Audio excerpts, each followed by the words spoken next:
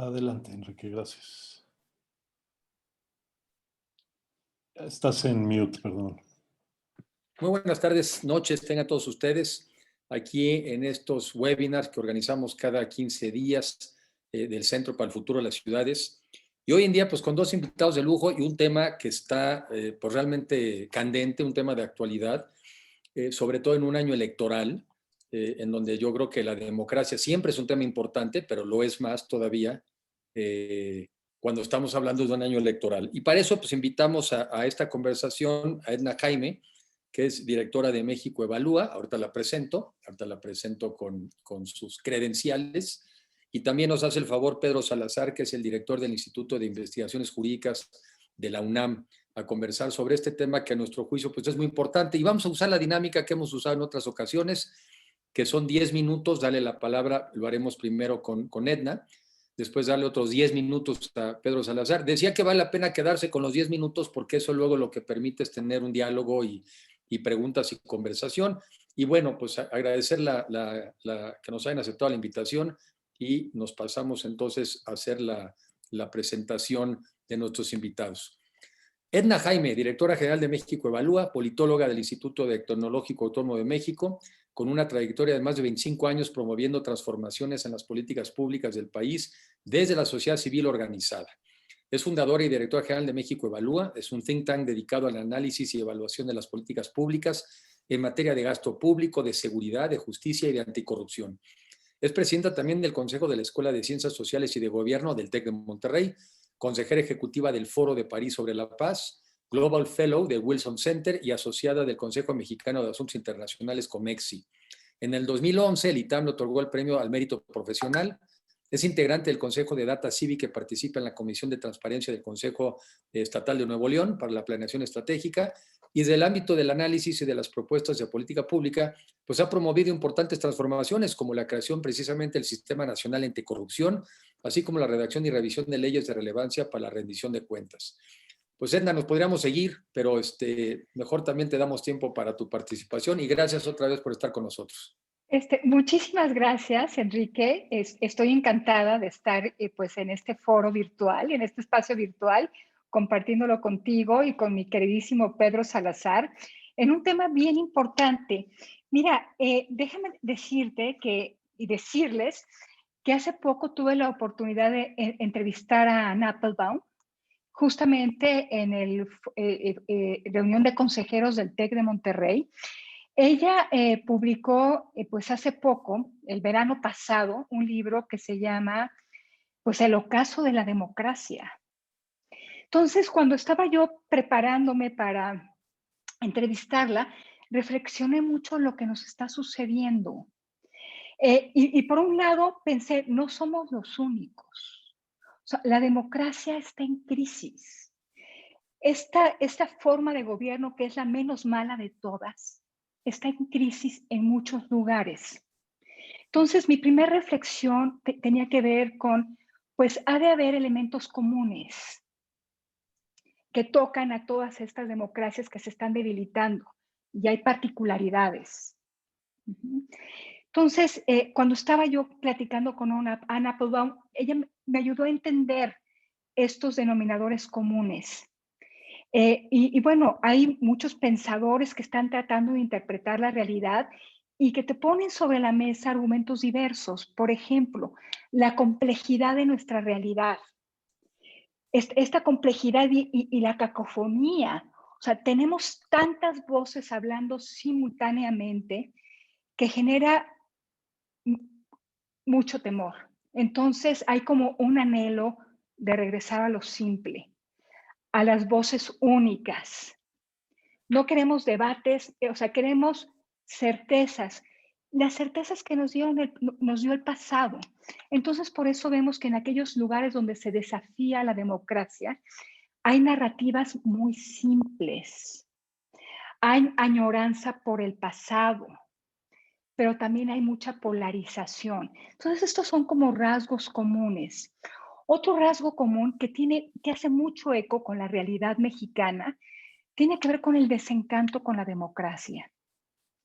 Hay muchos participantes, muchos actores sociales en las democracias que no vieron sus expectativas cumplidas, que no recibieron lo que esperaban, que lo que vieron con el arribo de la democracia y en algunos casos con su consolidación no fueron más oportunidades, no fue acceso a derechos. Entonces hay un desencanto. Y pensando en la realidad mexicana, pues sí, creo que nuestra democracia nos quedó a deber. Entonces, cuando interactúan todas estas cosas, la complejidad que nos abruman, la cacofonía que nos abruma, pero también estas expectativas insatisfechas, son como el terreno fértil para que liderazgos no liberales tomen el poder y una vez en el poder debiliten las instituciones que hicieron posible su triunfo. En esta conversación con Anne Applebaum, ella en su libro, que se lo recomiendo mucho, habla de, por supuesto, la transición polaca, los países del bloque del Este cuando transitan economías de mercado y cuando transitan a la democracia. Ella empieza su libro hablando de una cena donde estaban pues, un grupo plural de personas que estaba a favor del tránsito hacia el mercado y hacia la democracia. Y ella narra cómo fue cómo en Polonia los que eran sus amigos se convirtieron en enemigos, cómo llegó a ser una perseguida política y es de terror. Cómo poco a poco se van coartando las libertades, cómo poco a poco la libertad de expresión se limita, cómo las instituciones democráticas se debilitan también. Ella habla mucho de la Corte, del Poder Judicial. El Poder Judicial y la Corte son un factor fundamental en el control del poder, en la protección de derechos, en fin. Y cuando volteas para atrás, ves que la democracia está en ocaso.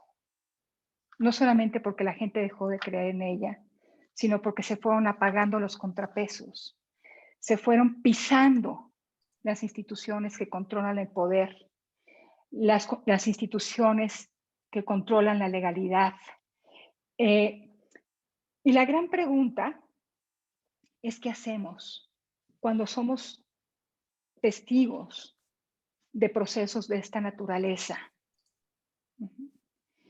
Yo le comentaba a Applebaum que a mí me costaba mucho trabajo decir, bueno, me voy a cruzar de brazos, porque tampoco quisiera tener una postura partidista. No la quisiera yo, pero tampoco la quisiera para la institución que encabezo. Entonces, la pregunta es, ¿cómo participar en debates? ¿Es posible participar en un contexto de esta naturaleza con argumentos? ¿Hay espacio para los argumentos que no sean políticos? O sea, que no tengan un tinte político, que no sean partidistas, para decirlo más claro. ¿Cuál es el rol de los distintos? ¿Cuál es el rol de un centro de pensamiento? ¿Cuál es el rol de la academia? ¿Cuál es el rol de los empresarios? Fue bien interesante, Enrique, cuando ella, como estábamos ante un público con muchos empresarios, les dijo, me encantaría poder juntarlos con empresarios polacos que vieron cómo se debilitaba la democracia, que atacaban instituciones y no dijeron nada. Me pareció fuertísimo. Y hay una ventana como de oportunidad para los que no queremos entrar a la política, para los que no queremos tener posturas partidistas, y es la defensa de las instituciones democráticas, con argumentos. Sé que es muy difícil que en un contexto de posverdad, donde pues tenemos realidades, datos alternativos compitiendo que no necesariamente tienen relación con la realidad de lo que sucede, es muy difícil, y que además está polarizado, es muy difícil participar. Pero creo que es nuestra obligación hacerlo. La defensa de las instituciones democráticas con evidencia, con argumentos. No sentirnos abatidos y saber que la razón tiene potencia, que los argumentos tienen potencia, que el conocimiento tiene potencia. Entonces, pues me gustaría concluir estos 10 minutos, espero no haberme pasado, haciendo énfasis en esto. Tenemos responsabilidad en defender las instituciones democráticas del país apelando a la razón. Aquí cierro y pues me encantaría pues seguir conversando sobre este tema. Gracias, Gracias, Enrique. Gracias por tu primera intervención y por tu entrada. Y creo que haces muy bien en señalar pues, que la democracia está en una crisis. Y en una crisis en el mundo entero, ¿no? Este no es un buen argumento que dicen mal de muchos, consuelo de tontos. No, este es también un entender que este es un sistema que en general está en crisis. Está en crisis y por lo mismo está en revisión. Y bueno, yo aquí ya me apunté algunas cosas para lo que viene y también las preguntas que nos han hecho llegar. Pero bueno, Pedro, ahora te cedo la palabra. Déjame primero presentarte para que entonces también te pueda dar la palabra. Pedro Salazar, director del Instituto, ya había comentado, de Investigaciones Jurídicas de la UNAM. Es licenciado en Derecho, también por el Instituto Tecnológico Autónomo de México, doctor en Filosofía Política por la Universidad de Turín, Italia. Además de ser investigador y dirigir el Instituto de Investigaciones Jurídicas, es profesor de su Facultad de Derecho y conductor del programa Observatorio TV UNAM. Sus principales líneas de investigación son Derecho Constitucional, Derechos Humanos, Democracia y Transparencia, y entre sus libros se encuentran Crítica de la mano dura, Cómo enfrentar la violencia y preservar nuestras libertades, así como La mecánica del cambio político, en coautoría con Ricardo Becerra y con Jesús Woldenburg. Ha sido profesor invitado en diversas universidades de Italia y España, además de que ha sido docente de cursos de licenciatura, maestría y doctorado en diversas instituciones de educación superior y coordina el Instituto Iberoamericano de Derecho Constitucional, así como la Cátedra Extraordinaria Benito Juárez. Bueno, pues Pedro, también 10 minutos ahí para darnos una primera entrada y ver cuáles son tus puntos de vista sobre esto que también nos hizo el favor de reflexionar, Edna. Muchas gracias, Pedro. Al contrario, gracias, Enrique. Prometo los 10 minutos. Me da un gusto estar aquí, estar contigo y estar con Edna, que como dice ella, pues somos también muy queridos amigos y compañeros de muchas causas. Y además me ha gustado mucho la manera en la que ella ha introducido la reflexión sobre el tema, con una perspectiva también comparada y también, digamos, globalizada del momento en el que estamos viviendo, al menos en Occidente, con esta forma de organización política. Yo solamente una premisa inicial y luego daré algunos puntos que aterrizaré además muy concreto al caso mexicano, reciente incluso a las discusiones de estos días, que tiene que ver con que la democracia es una forma de organización, una forma de gobierno que ha tenido una vigencia breve desde el punto de vista histórico y muy reciente. A veces perdemos de vista eso y probablemente más las generaciones más jóvenes piensan que siempre ha sido la forma de organización dominante y la verdad es que no es así.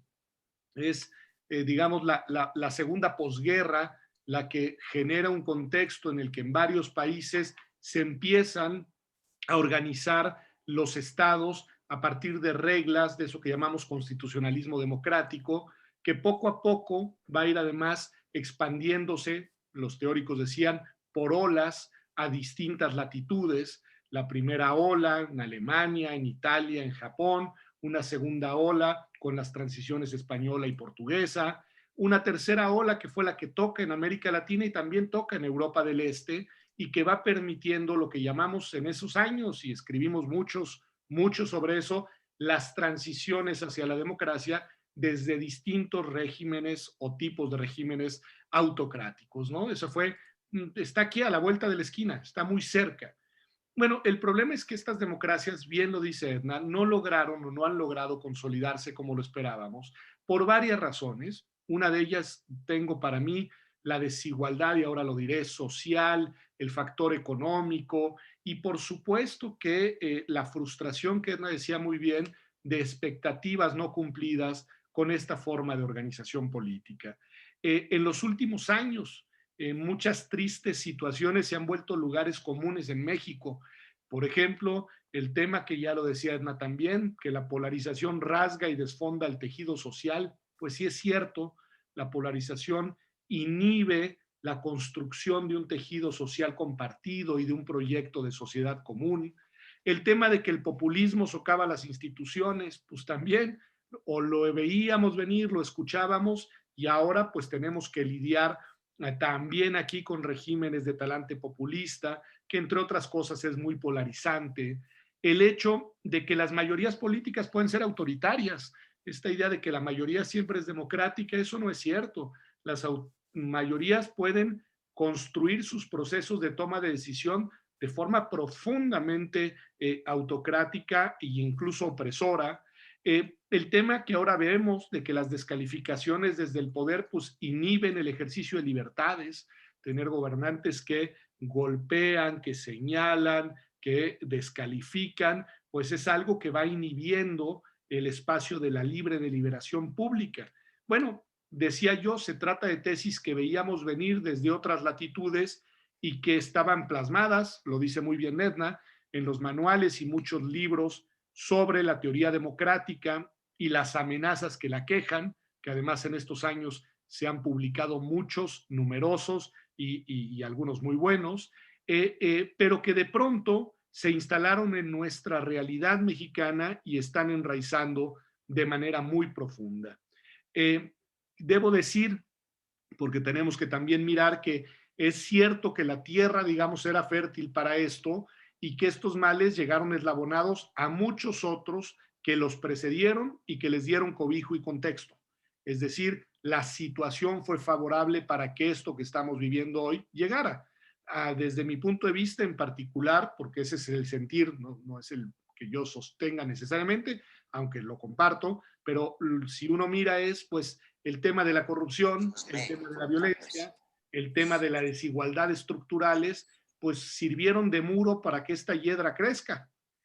Pero, y aquí hay algo importante, se trata de males que son políticos y sociales, no son, digamos, catástrofes naturales, son calamidades humanas, diría Garzón Valdés, y en ese sentido, pues habría que mirar quiénes han sido los responsables de que esto sucediera. Y debo decir que, por desgracia, antes y ahora, y subrayo el ahora, muchas de esas personas responsables están encumbradas en esferas de poder mediático, económico o político.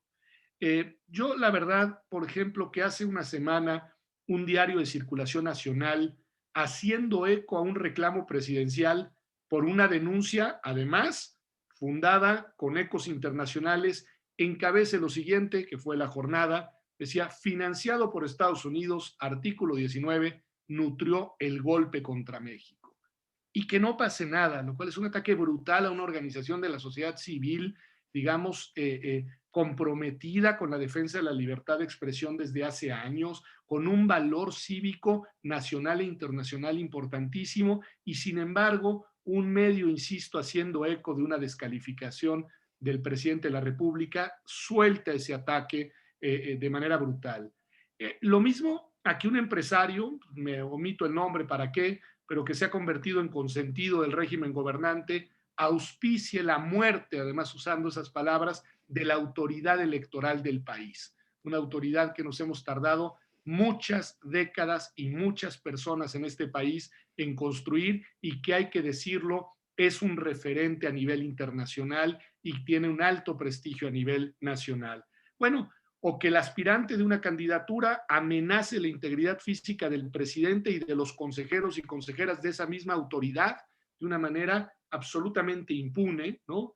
Y que el líder del partido político de ese aspirante, que además es el partido mayoritario y gobernante, acuse sin pruebas de ladrones a esas mismas autoridades electorales y que el presidente del Tribunal Electoral quiera ganar en las redes sociales el debate que perdió en su pleno, la verdad es que nos coloca tristemente al borde del precipicio autoritario. Y valga otro lugar común, muy citado y manoseado, y ya lo decía Edna muy bien, las democracias pueden transformarse en su contrario. La nuestra, maltrecha y semiforme, tiene, espero, signos vitales que comienzan a languidecer y eso debe preocuparnos mucho. Con un presidente de la República vociferante y amenazante, con una mayoría legislativa obsequiosa y alineada, con una judicatura, lo decía Edna, titubeante, con las Fuerzas Armadas en las calles y en la gestión de obras y de proyectos, con una cultura política lamentablemente de baja intensidad que no hemos logrado, digamos, consolidar, y con una sociedad civil organizada, fustigada desde el poder, y resulta cada vez más complicado pretender ostentar credenciales democráticas. Y ello por no hablar, ya lo he dicho, pues de la desigualdad, discriminación y pobreza que corroen los cimientos de nuestro país. Lo que temo, para usar una metáfora que no suelo hacerlo mucho, es que hay mucho nubarrón y muy poco viento en el horizonte, ¿no? Esta exposición, que la concluyo en minuto y medio como debe ser, es a la vez un desahogo, un recuento y un pretexto. Lo primero, que sea un desahogo, es notorio y hace eco de muchas voces cercanas que he escuchado en estos días y que miran el pasado reciente con indignación y molestia, el futuro con genuina incertidumbre, pero lo peor, el presente con mucho miedo. El recuento que consta en los párrafos arriba es un compendio de las causas del desahogo compartido. Sirva para eso, al menos en esta exposición, para dejar un rastro de cómo se quiebra el proyecto democrático al impactar con esta suerte de iceberg de ocurrencia esquizoide que han llamado la 4T. Pero todavía me queda el pretexto, y este último es una oportunidad para repetir y para recordarme y recordarnos el ABC. El constitucionalismo democrático es la mejor manera de organizar una sociedad en la que los derechos humanos de libertad, sociales, políticos, de todas las personas sean respetados. Es un modelo que funciona sobre la base de reglas que deben observarse, y en estos días hay que reiterarlo, las reglas deben observarse. Y para ello están las autoridades. Claro que si estas fallan, el arraigo institucional de la democracia constitucional contempla mecanismos de límites, controles, transparencia y rendición de cuentas, lo sabe muy bien Edna, para corregir esos desvíos. Y la paz, la convivencia pacífica, sería el corolario de una sociedad realmente organizada de esta forma. Concluyo diciendo que a eso aspirábamos con la maltratada y cada vez más traicionada transición a la democracia. Ese ideal apenas alcanzado es el que estamos perdiendo como aspiración y como referente. Organismos públicos, y aquí voy a la coyuntura del día de ayer, como el Instituto Nacional Electoral, el antes IFE, han sido vehículos para mantener el rumbo en esa dirección que se difumina. Por ello, estoy convencido de que quienes pensamos que esa ruta democrática y constitucional debe recuperarse y retomarse, tenemos que decir no al poderoso acoso con el que buscan amedrentarlo. Si no lo hacemos, los eventos para recontar aumentarán copiosos y el desahogo transmutará tristemente en lamento. Ahí la dejo. Muy claro, Pedro. Y además compartido el sentimiento, compartida la reflexión. Y bueno, estamos en un momento muy difícil. Dejo una pregunta, voy sembrando preguntas y hago algunos comentarios, pero una pregunta que me gustaría dejar ahí los dos, pero que en su momento la contesten es, ¿somos todavía una democracia? Porque también cuando ya vas viendo todo esto que tenemos, ¿no?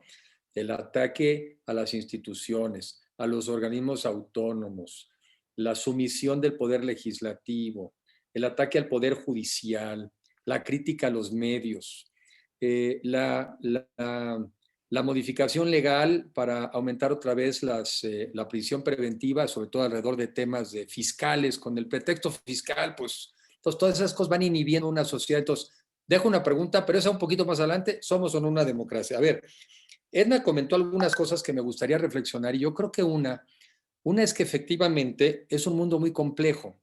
Yo por ahí en un videíto que he sacado, he dicho que lo que pasa es que hay mucho desencanto porque muchos de los temas que hoy vivimos no tienen soluciones locales.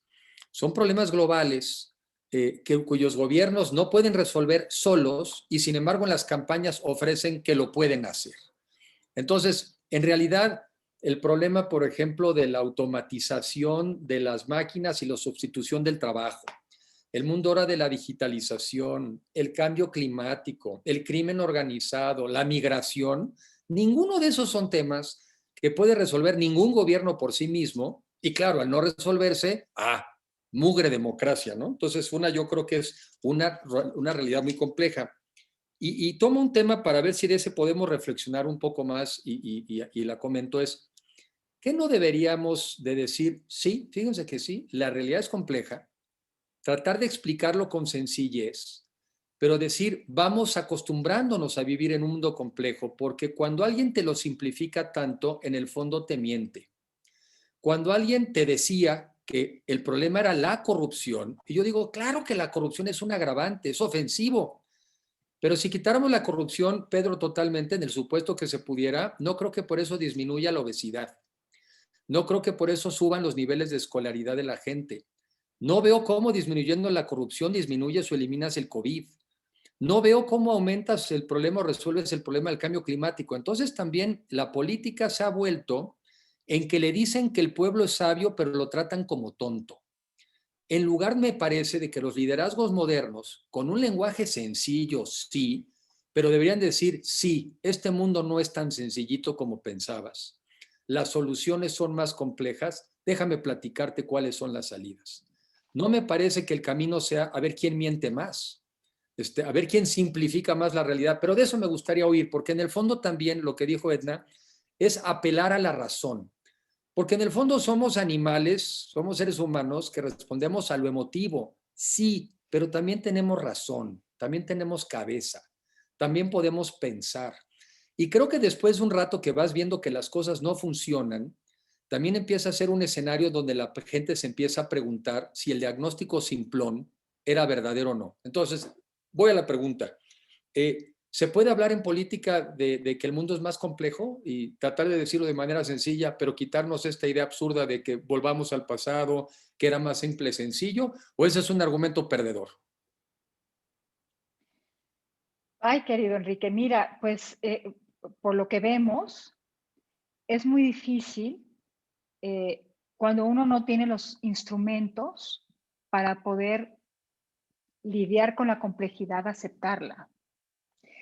Y yo creo que ese es el meollo de nuestro problema, que muchos mexicanos no les hemos garantizado el acceso a derechos básicos, a que pueda tener aquellos instrumentos, una plataforma de capacidades básicas y de activos básicos para poder sentir que pueden lidiar con la complejidad. La verdad es que hemos tenido políticas incompletas o políticas poco exitosas en ese sentido. O sea, si revisamos nuestro portafolio de política pública orientada a dotar a los mexicanos de estos instrumentos para poder lidiar con la complejidad, creo que hay algunos que fueron muy exitosos, pero no alcanzó.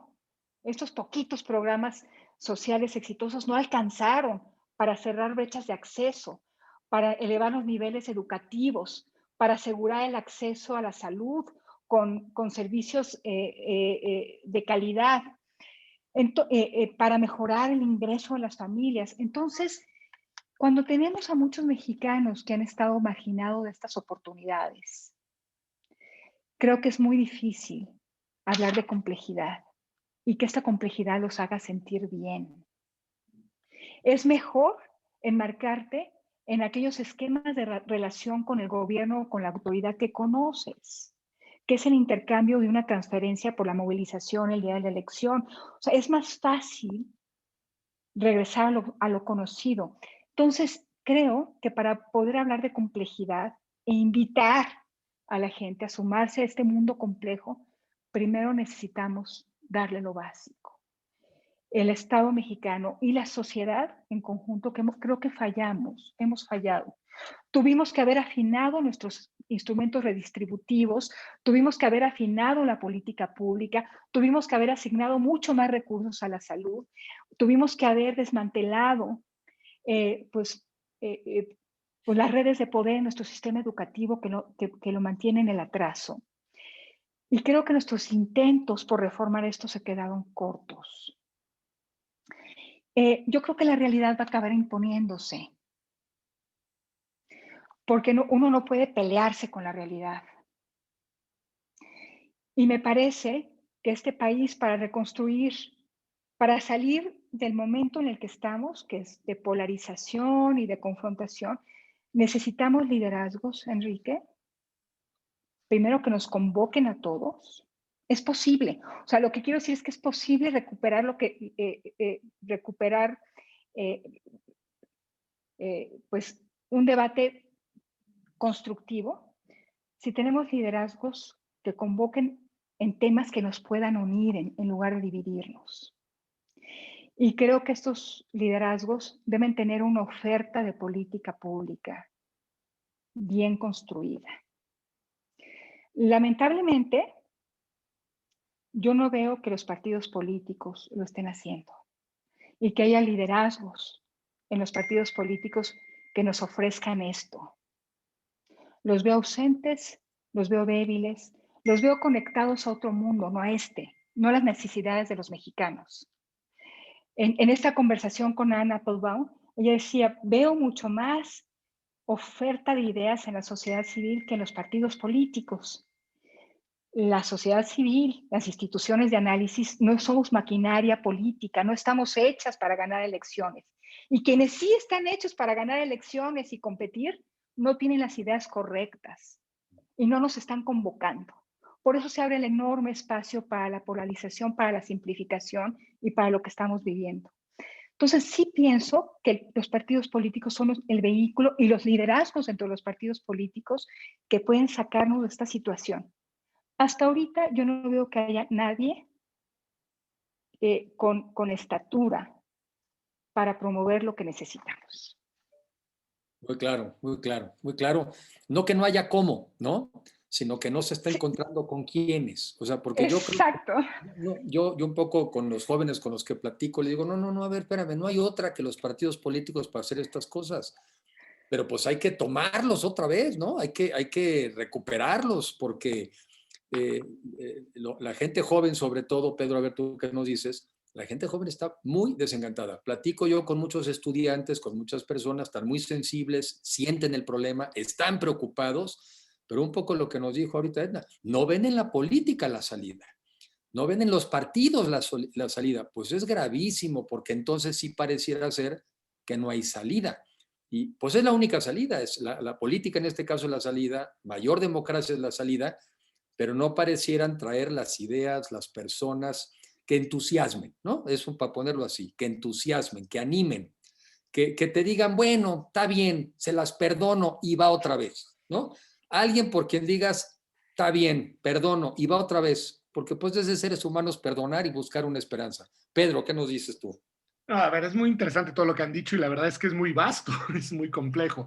Empiezo por tu primera provocación que dejaste ahí cayendo. Enrique, yo creo que cada vez somos menos democráticos y no solo nosotros, como decía Edna al inicio, y por lo mismo creo que recuperar el paradigma y el sentido del proyecto democrático y constitucional hay que hacerlo, digamos, desde el sentido común y desde el discurso público, porque cuando los paradigmas se pierden, no hay referentes hacia dónde avanzar. Y sí es verdad que se han ido erosionando y hemos ido, digamos, en sentido, hemos ido autocratizando nuestras democracias. Por ahí alguien, Martínez, hacía una pregunta interesante en las preguntas que mandaba y decía, ¿conocen algún país, Ricardo Martínez, en el cual un régimen autoritario de este tipo se haya ido pronto y fácil? Y bueno, no sé si un régimen, pero gobierno sí. Los norteamericanos sacaron a Trump a través de las elecciones hace algunos meses. No, yo no quiero decir que esa ya haya sido la solución de una base electoral, además ahí que está esperando otro Trump, pero la vía electoral fue la vía a través de la cual ha habido un cambio muy importante de tono, discurso, políticas públicas, mucho más en sintonía con el paradigma y el ideal democrático que lo que esa otra alternativa de gobierno había llevado a un país que durante mucho tiempo había sido un referente en la materia. Entonces, sí, yo sí creo que la vía electoral, la vía democrática, la vía de la participación política puede ser muy fructífera. Ahora bien, dos nichos más de reflexión breves. Tú nos dices, Enrique, algo que es muy cierto, la realidad y el mundo es muy complejo. Y por supuesto que lo es. Y además, esa complejidad se incrementa en muchas dimensiones y de muchas maneras a lo largo de la historia de la humanidad. No es una cuestión solo de ahora. Pero la parte interesante es que yo también creo que hay una distribución de funciones. Yo desde la universidad, que es en donde estoy ubicado, creo que a nosotros nos toca precisamente dar cuenta de la complejidad de lo real y de la necesidad de mirar la realidad desde una visión interdisciplinaria y de proponer cuestiones de políticas públicas y de decisiones que incidan para que esa realidad sea más justa, más excluyente, más equitativa, más libertaria, etcétera. Pero no podemos esperar de los actores políticos y de la lógica de los actores políticos que esa sea su estrategia de comunicación en su quehacer cotidiano. Podemos esperar, y ojalá así sea, que comprendan la complejidad y la responsabilidad pública que esa complejidad implica para su quehacer una vez que están en cargos de responsabilidad o de gobierno o de representación. Eso sí lo podemos esperar.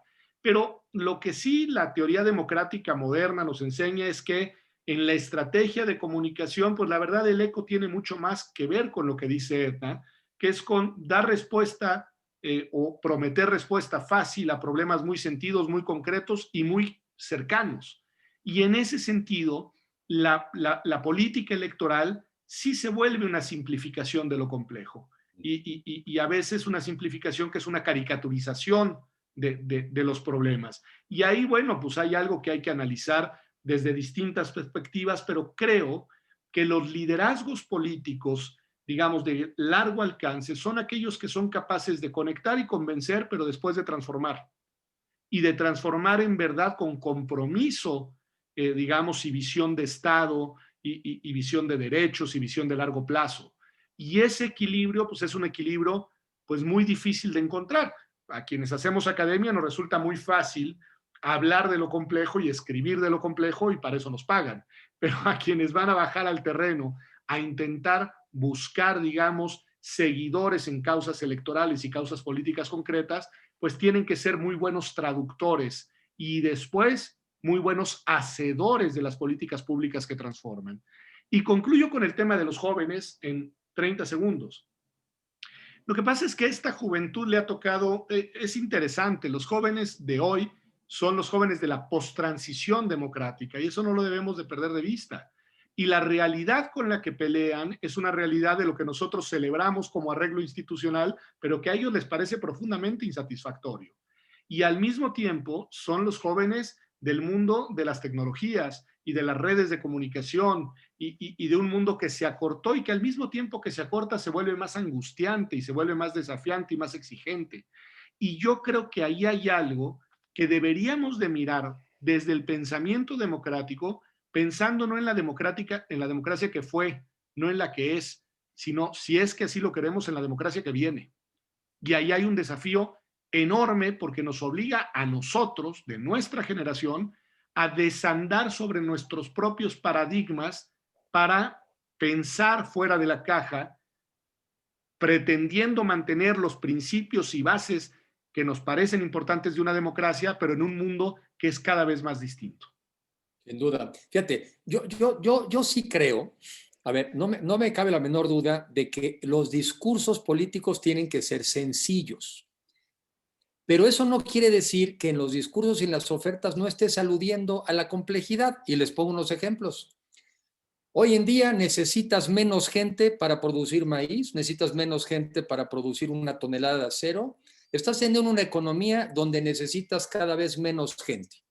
Y estamos en una economía donde además se están automatizando. Todo lo que se pueda automatizar se va a automatizar y todo lo que se pueda digitalizar se va a digitalizar. Ahí explicaste el mundo en el que estás.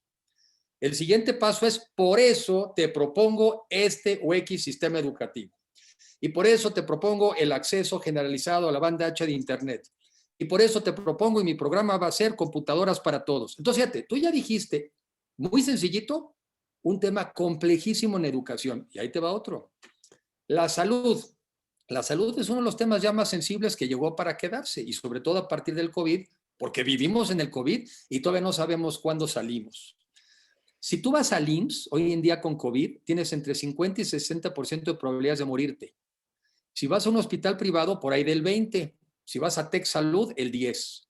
Nosotros no podemos aceptar un tratamiento diferente en salud para mexicanos que somos iguales. Luego, entonces, propongo esto. O sea, Sí se puede platicar de la complejidad de la realidad con propuestas concretas y no tienen que ser mentirosas. Y yo creo que no hay ninguna de estas cosas que uno dice que no pueda una persona razonar y decir, pues suena, pues tiene lógica. Entonces, mi apuesta es que si no aludimos a la razón de manera emotiva, pues estamos perdidos, estamos perdidos. Y otra reflexión, la otra es muy sencilla. Bueno, ya intentaron nada más los puros discursos, ¿verdad? ¿Cómo va la economía? ¿Y cómo va la generación de empleo? ¿Y cómo va el combate a la pobreza? ¿Y cómo va la desigualdad? ¿Y cómo va la corrupción? ¿Y cómo va la contaminación? De la fregada, ¿verdad? Pues entonces no era válido el cuentito. Claro que en la discusión política también tienes que desacreditar los discursos y los diagnósticos que se hicieron. Entonces, nomás mi reflexión es, sí tenemos que hacer un ejercicio, creo que todos, de explicar la complejidad de manera sencilla, porque no hay salida si no, Pedro. O sea, eso no quiere decir que los discursos no traten de ser lo más sencillitos. Y un poco a lo que voy de Edna, yo un poco en lo que he ido pensando de esto, a ver, es que nos vamos a ir a un estado de bienestar, pero fíjate cómo. El otro día, no voy a decir la institución a la que le pidieron el trabajo, ¿no? Pero alguien le pidió un trabajo para el estado de bienestar. Y regresó con mucha más lana para las escuelas, mucha más lana para generar hospitales. Y yo dije, caray, son respuestas viejitas para problemas donde tienes ya una tecnología nueva.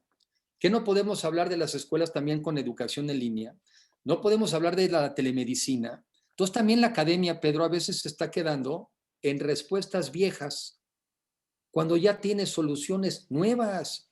¿Y cómo no lo va a entender la gente si ya no estamos comunicando por estos medios? O sea, yo sí soy en ese sentido muy optimista, de que confío en que si se tiene la capacidad de explicar lo complejo de manera sencilla y cada quien va entendiendo su cachito, y claro, lo dices con un poco de ánimo y entusiasmo, a la gente sí le entra.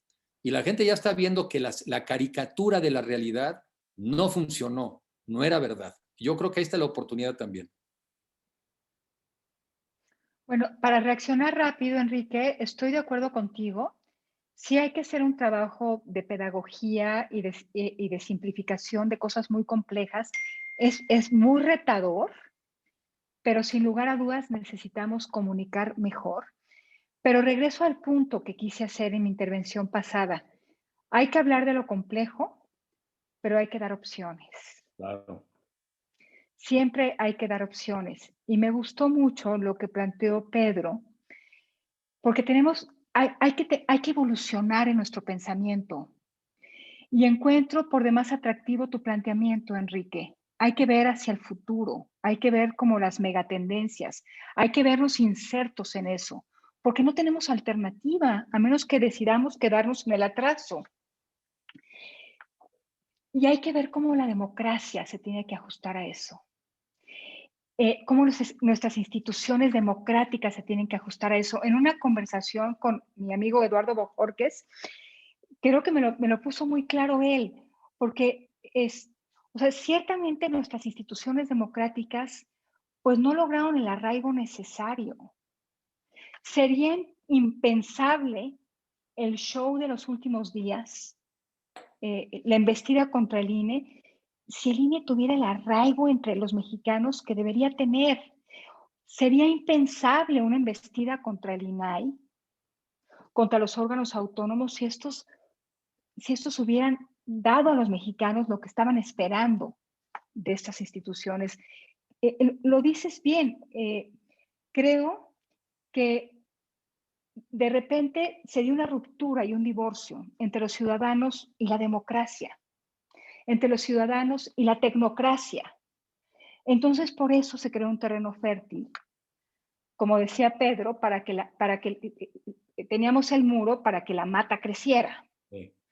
Entonces, es bien importante no solamente pensar en la complejidad del mundo, sino cómo nuestras instituciones democráticas tienen también que reformarse para darnos más, para ajustarse a la nueva realidad, para enraizarse, para lograr que cumplan con el mandato para que están hechas. Algunas de ellas es el control del poder. Algunas de ellas es la rendición de cuentas. Y todo esto tiene que moverse al ritmo de transformación de la sociedad y de la realidad. Entonces me parece muy provocador el planteamiento de Pedro y el tuyo también, Enrique. Necesitamos desandar nuestros paradigmas, te cito textualmente, Pedro, para construir nuevos. Y es lo que este país necesita. Hacer esto, comunicarlo, convocar, dar opciones para que las personas en desventaja, los mexicanos en desventaja, sientan que van a tener la plataforma con la que se van a poder integrar a este mundo tan distinto, a este mundo tan cambiante. Si logramos eso, vamos a estar cimentando un camino al progreso. Si fracasamos en esto, vamos a atorarnos en una democracia que se va a debilitar cada vez más y en una economía que se va a ir extinguiendo, va a ir extinguiendo su potencial. Y no quiero imaginarme ese México. Me quiero imaginar un México que hace realidad todas sus capacidades. Y tenemos que tener esta flexibilidad, esta capacidad de imaginarnos cómo viene la transformación institucional que acompaña la complejidad del mundo y los liderazgos políticos y las plataformas partidistas que puedan entenderlo y en la arena política se puedan dirimir qué México queremos. Una pregunta, Pedro, también que, siguiendo estas reflexiones, yo cuando había pensado en esta plática, lo que pasa es que cambian los temas y nos cambian todos los días temas. Una de las cosas que les quería yo preguntar es, a ver, yo estoy muy metido en este mundo de la economía digital y tratando de entenderlo y hacemos sola esto de teleconferencias. Hoy de una plática con gente que yo daba cuenta de cómo, por ejemplo, en China ha aumentado, prácticamente se duplicó del año 2017 a la fecha el número de operaciones de comercio electrónico en ese país. Hablamos de la telemedicina, o sea, como que todo se está modernizando, como que todo está cambiando. Y volteo, hablo yo de la democracia y digo, pues es viejito el rollo, es viejito. O sea, por definición, ¿no? Separación de poderes, ejecutivo, legislativo, judicial, organismos autónomos. O sea, lo ve, pero mi lectura un poco es, en un mundo exponencial, en un mundo digital, donde las cosas cambian tan rápido, esto parece que no cambia. Esto parece que no cambia. Y un poco la pregunta es, ¿cómo le hacemos para que cambie? O sea, ¿qué ideas puede haber para renovarlo, para atractivo? Uno sí es comunicación. Una muchacha que en un seminario que estuve participando hace poco y les pregunto a los jóvenes, ¿cómo los anima uno a meterse, por lo menos, ya olvídate meterse en un partido político, que nadie quiere meterse en un partido político? Simplemente participar y votar. Una persona me dijo un poco lo que dijo Edna, comunicación. Dice, ¿cómo se comunican mejor las ideas? Quitarle el factor show, meter más bien temas de seriedad, donde los candidatos nos expresen su preparación. Entonces digo, hay un tema enorme de quítenme el show, pónganme la comunicación. Pero un poco mi pregunta antes de estar en esta conversación era, ¿qué no hablamos todavía de cosas viejitas que casi suenan como de los griegos? ¿No? O sea, el sistema, el parlamento, los diputados, tus representantes populares. ¿No es viejito eso en un mundo donde cambian tanto las cosas y por eso no llaman la atención? Pregunta, ¿eh? Pero era lo que yo quería preguntarles en un principio. Ahora sí que me agarraste por la vena que más me gusta, porque yo me dedico a la teoría política. Entonces digo, no, a ver, los problemas no son viejitos porque son permanentes. Es decir, eso te lo enseñan los clásicos. Es decir, la tendencia de los poderosos a concentrar, acumular, mantener poder, y esa ahí está. La tendencia, digamos, a que entre mayor concentración de poder, menos libertades, ahí está. La tendencia, digamos, al abuso de las posiciones de poder, pues la historia de la humanidad nos los demuestra y nos lo plantea una y otra vez. Ahora, lo que es interesante, Enrique, es cómo traduces en un diseño de institucionalidad contemporánea los antídotos contra esas cuestiones que no queremos que se reproduzcan.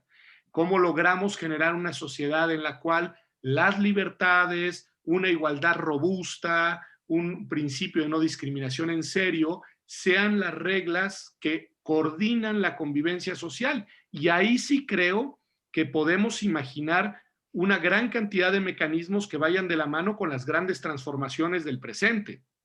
Pero los principios básicos de limitar, controlar, de vigilar al poder, de generar espacios de mayores libertades, lo que decía Edna, de producir esferas de deliberación colectiva cada vez más robustas. Lo que dices tú, al final lo que te dicen estas personas jóvenes es comunicación, que quiere decir información para comprender de mejor manera qué es lo que está pasando. Esas constantes me parece que están ahí y que lo único que nos da la modernidad pues son quizá para algunas cuestiones mejores instrumentos.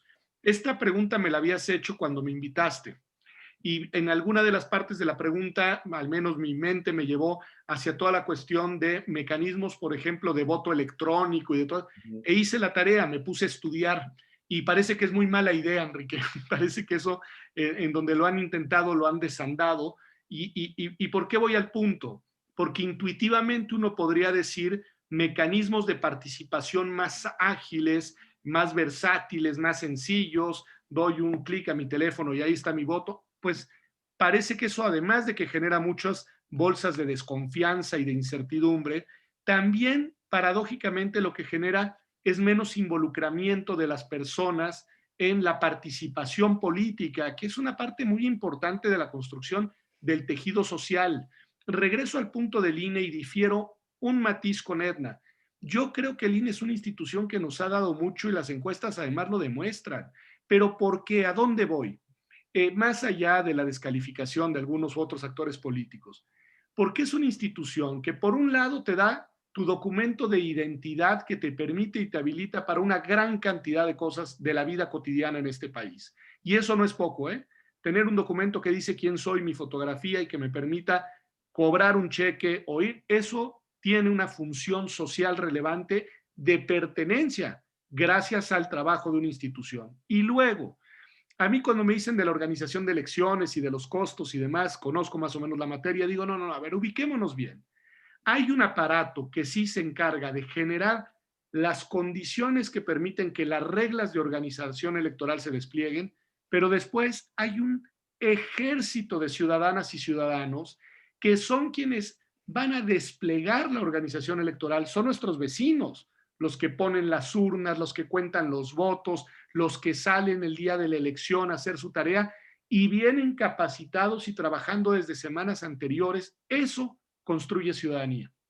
Es decir, y si eso puede parecer muy antiguo y el voto en papel y la tinta indeleble, sí, pero en medio hay la torta, hay la chorcha, hay el intercambio de problemas, hay el te enteraste de que pasó esto, el por qué no nos vemos la próxima semana, hace mucho que no te veía, hay la construcción de comunidad.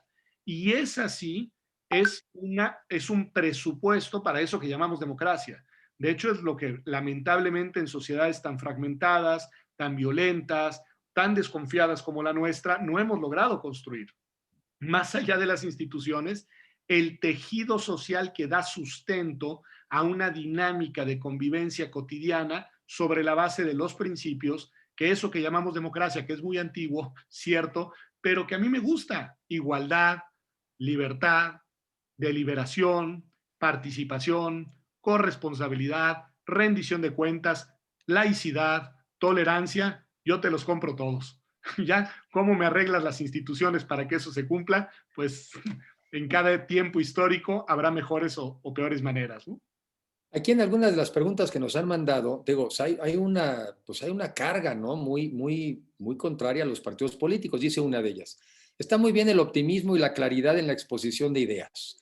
Solo que hace falta romper las estructuras de poder establecidas. ¿Cómo empezar con los partidos políticos que, lejos de ser un puente con la sociedad, son ahora mismo una barrera? Hay esa constante. Y digo, en los jóvenes que platico, bueno, o sea, un partido político, por lo menos con los que hablé, no está en la opción ni 10. O sea, qué mala chamba para lograr convencer a la gente que no es una opción. ¿Cómo retomar a los partidos, Edna? Tú que también has dicho aquí. Mira, pues, yo veo bien difícil, lo veo bien difícil, porque las reglas están hechas para que no cambien mucho las cosas.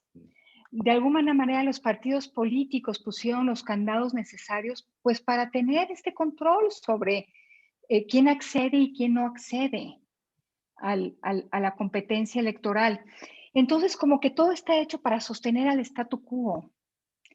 Y el statu quo ya no está funcionando.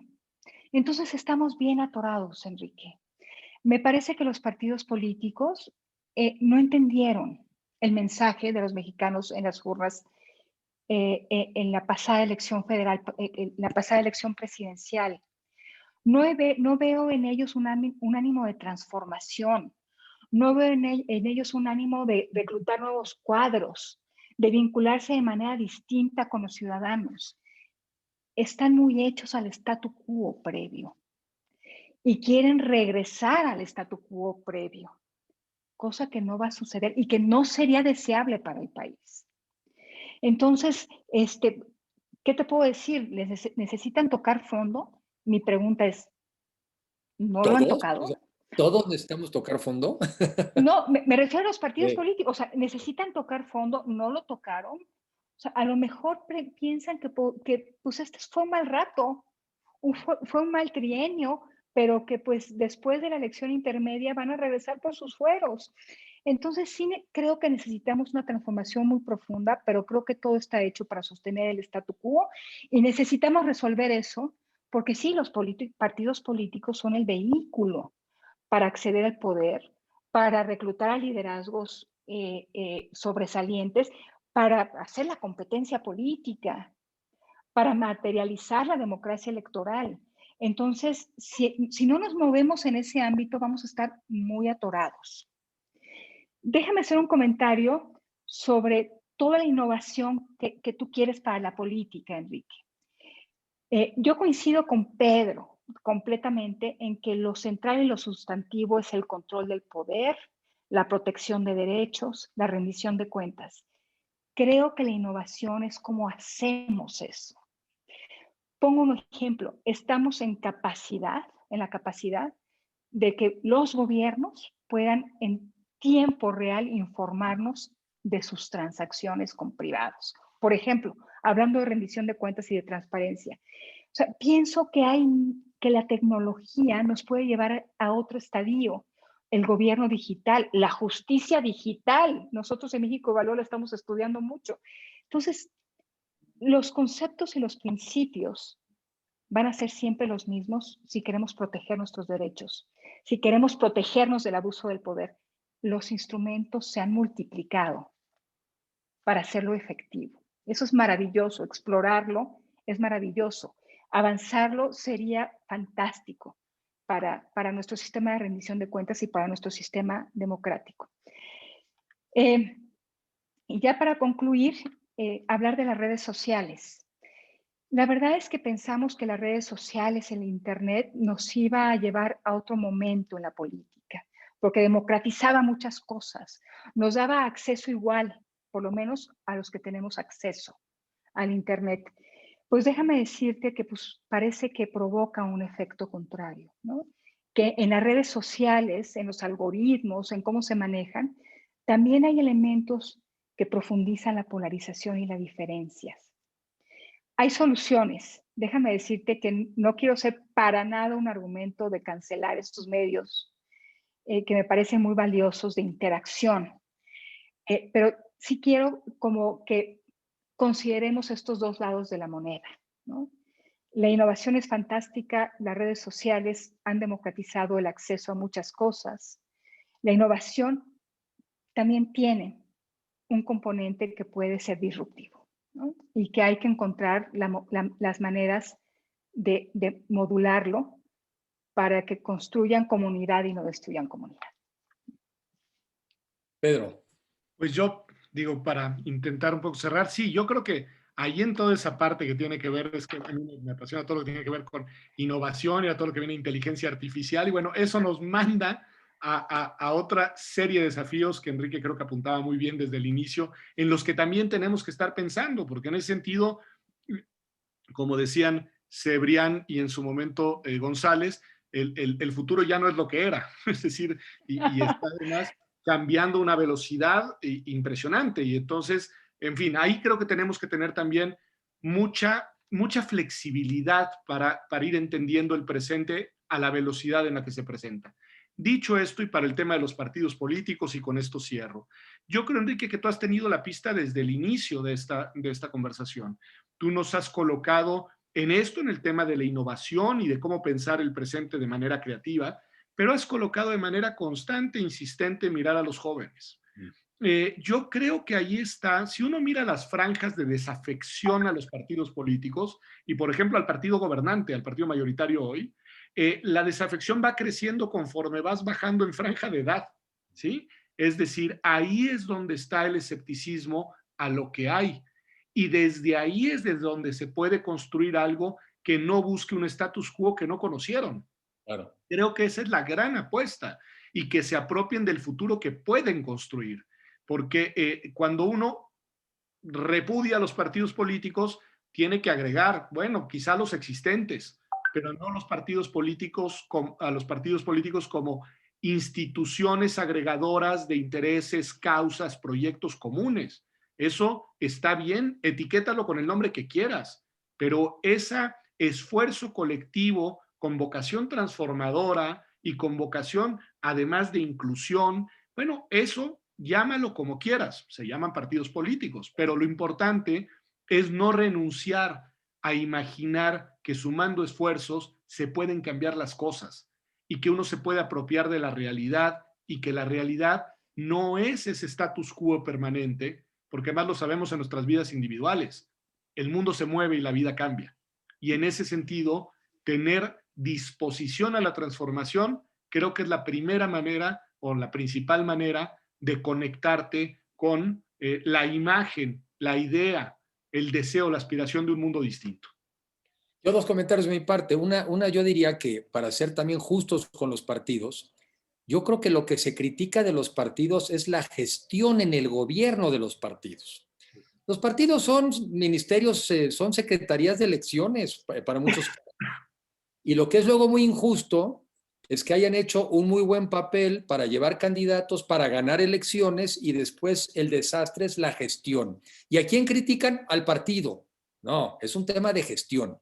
Entonces, ahí también creo que ahí es donde entran también todas estas áreas de innovación, porque una mejor gestión, por definición, te daría una mejor evaluación de los partidos. Lo que se está criticando es la gestión, la falta de resultados, los temas de corrupción, la desigualdad, es la gestión de los partidos una vez que son poder. Digo, sería una reflexión, primero es, pues la gestión es la que hay que mejorar. Y me gusta este tema también, Pedro, porque yo en eso creo.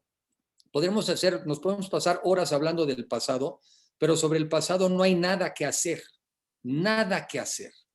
El futuro, el presente no parece viable como lo tenemos. El presente no es viable. Lo único que nos queda es trabajar en el futuro.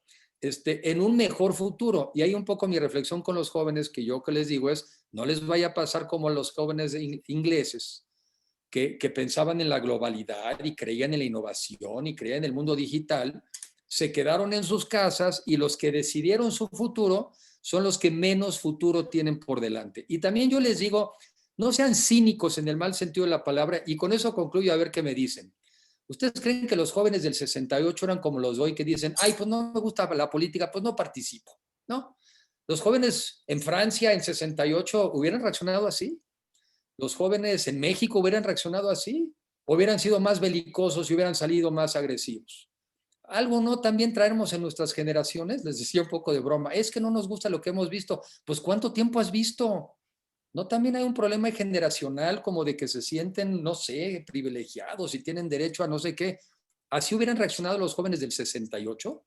No me los imagino. Aquí también se están juntando personalidades, perfiles de una generación con un problema de crisis democrática. Si me permiten, por demás, para colmo, me voy a tener que desconectar pronto, pero estamos en tiempo, pero vamos ahí, yo creo que siendo más justos con la realidad de las juventudes. A mí me fascina la marea verde y el movimiento feminista que hemos visto en estos años en toda América Latina. Wow. Me conmueve y me interpela y me desafía y me descoloca y me parece que ahí hay una fuerza de apropiación de un discurso, de una reivindicación, de un reclamo que es brutalmente potente y poderoso y que supone, yo creo, la gran movilización social de nuestros tiempos y que me fascina que la hagan las mujeres y que incluso nos digan, quítense ustedes que aquí no caben, ¿no? Me parece genial. Entonces, esto para decir que no, ojo, hay ahí temas y agendas que los mueven, los conmueven y los movilizan. Lo Sin que duda. pasa es que no lo sabemos leer, Muy bien. pero ahí hay algo que, claro, les ponemos barricadas y que si rayaron los monumentos y que cómo pintaron el ángel y cómo, no. Escuchemos lo que dicen. Y lo que dicen es, este espacio social es nuestro y queremos caber en él con seguridad, con dignidad, con autonomía, con libertad y con respeto. Y es un mensaje muy poderoso, ¿no? Querido Pedro, Sí, como a lo mejor en Edna. nuestra generación fue el tema electoral. Yo me acuerdo que me movilicé mucho, o sea, que cuidaba urnas, que me acostaba afuera de la casilla para que no nos puedan hacer fraude, ¿no? Entonces, creo que hay agendas que nos llaman y que nos convocan y me encanta, Pedro, que hayas mencionado esta, que es la que está movilizando a estas generaciones, a estas juventudes. Y es una agenda muy completa.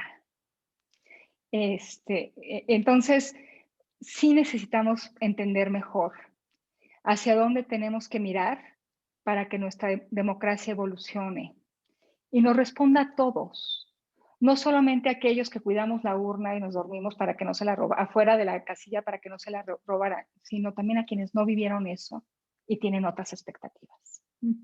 Pues yo les agradezco muchísimo, Edna y Pedro, por participar en este seminario, en un tema tan importante que de alguna manera, como decía Churchill, es muy mal sistema, con la diferencia de que todos los demás son mucho peores. Y me parece que entonces pues nuestra responsabilidad es cuidarla, es transformarla, es innovarla, pero solamente podemos vivir en un país democrático si queremos libertades y si queremos resultados, ¿no? Bueno, pues les agradezco mucho la oportunidad y bueno, pues les deseo muy buenas noches a todos ustedes y también a quienes nos estuvieron siguiendo. Muy buenas noches. Gracias, Enrique. Abrazos, Pedro. Abrazos para los dos. Muchas gracias. Gracias, un abrazo para ambos. Gracias. Que estén Abrazo. muy bien. Buenas noches.